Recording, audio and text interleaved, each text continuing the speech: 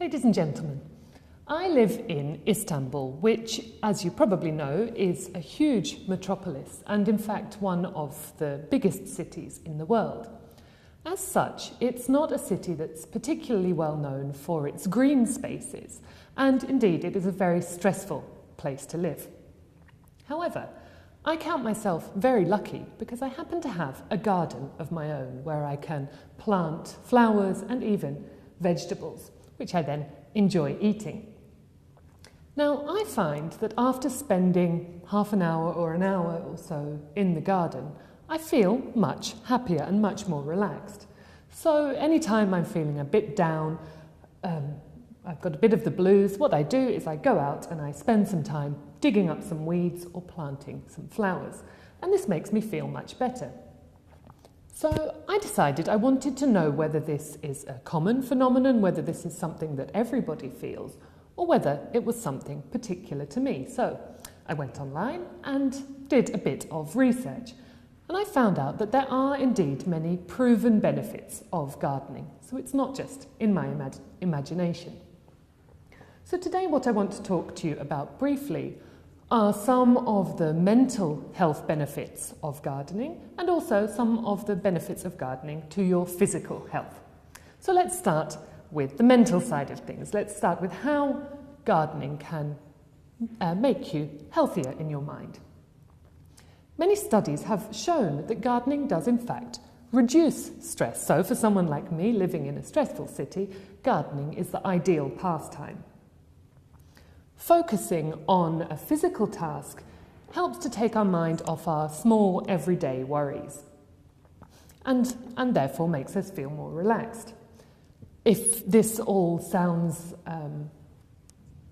a bit vague to you, let me say that a Dutch study carried out a few years ago has actually proven that gardening is in fact more relaxing, more stress relieving than reading. And let me just tell you a bit about the study. The researchers took two groups of people and they asked them all to carry out a stressful task. So this raised their heart rate and raised also their levels of cortisol, or the stress hormone, in their bodies. After carrying out this stressful task, one group was asked to go into the garden for half an hour and carry out some gardening. The other group was asked to stay inside and read a book. After this relaxing exercise, it was found that both groups' stress levels had decreased, but the group who had been gardening for half an hour showed significantly lower levels of cortisol in their body. So they were measurably less stressed than the group who had spent time reading. So therefore, if you're stressed, go out into the garden. Now, as well as stress relief, gardening can be good for mental health disorders such as depression.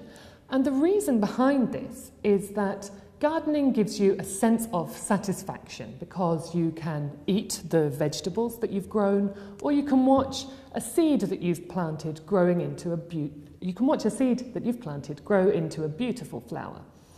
And this gives you the sense that the time that you have spent in the garden is worthwhile. It creates a sense of purpose and a sense of achievement. Put this together with the physical effort of working in the garden, and we see significant improvements in many mental health disorders, such as depression, as I mentioned.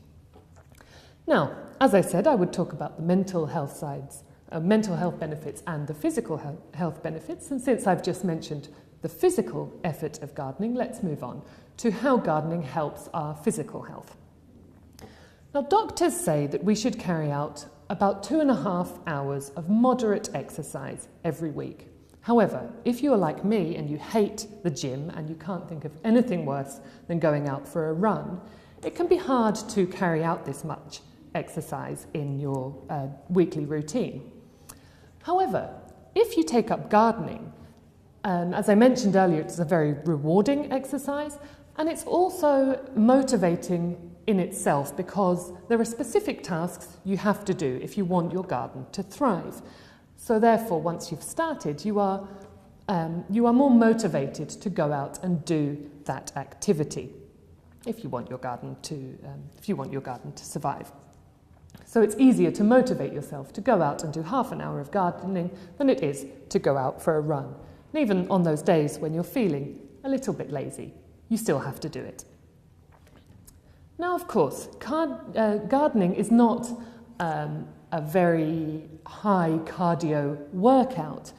However, actions that you carry out while doing the gardening, such as pushing a lawnmower or digging the soil, bending down to weed the garden or to plant seeds, stretching up to prune the branches of a tree or to tie up vines, work all of the muscle groups in the body, and therefore gardening is a very good general workout.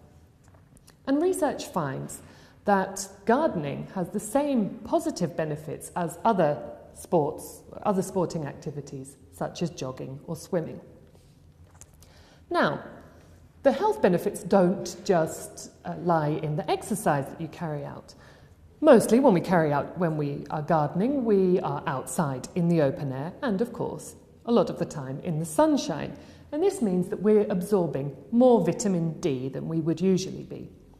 Now, a lack of vitamin D puts you at a greater risk of heart disease, of certain types of cancer, and of bone conditions such as osteoporosis. So therefore, gardening helps you avoid these risks or cuts your risk of developing these disorders.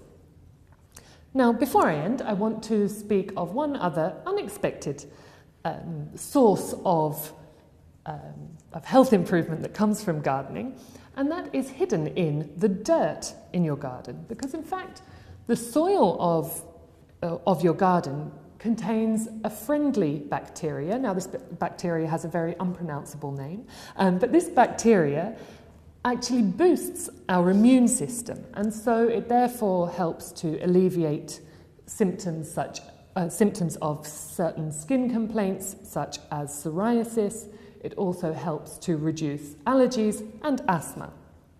So if you're looking for a way to lead a healthier lifestyle and a less stressful lifestyle, I suggest you go out and get your hands dirty. Thank you.